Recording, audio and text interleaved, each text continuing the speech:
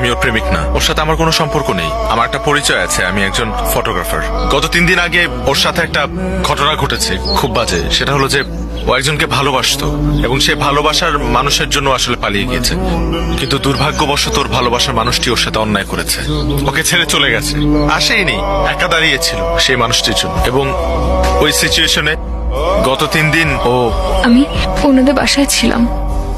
ওনার বাবা মা আমাকে নিজের মেয়ের মতো করে রেখেছিলেন। আমারও সময়টার মধ্যে ফুল সাপোর্ট দিয়েছিলেন ওনারা। শুধু একটা রিকোয়েস্ট আপনাদের 4 জনের কাছে, ওকে না ওই আগের কথাটা মনে করিয়ে দিবেন না, ওকে কিছু বলবেন না, কারণ ও আবার আপসেট হয়ে যাবে। থ্যাঙ্কস ব্রাদার, তুমি আমার ফ্যামিলির জন্য যে কাজটা করছো সেটার জন্য আমার ফ্যামিলি সারা জীবন তোমার কাছে কৃতজ্ঞ থাকবে। গত 3টা দিন আমাদের ফ্যামিলির উপর দিয়ে কি গেছে সেটা আমরা ছাড়া কেউ জানে না। তুমি না থাকলে জিনিসটা হয়তো আরো খারাপ হতে পারত। এটা তোমার বাসা মনে করবা, তুমি আজকে থেকে আমার পরিবারেরই একটা অংশ। যখন মন চাইবে চলে আসবা।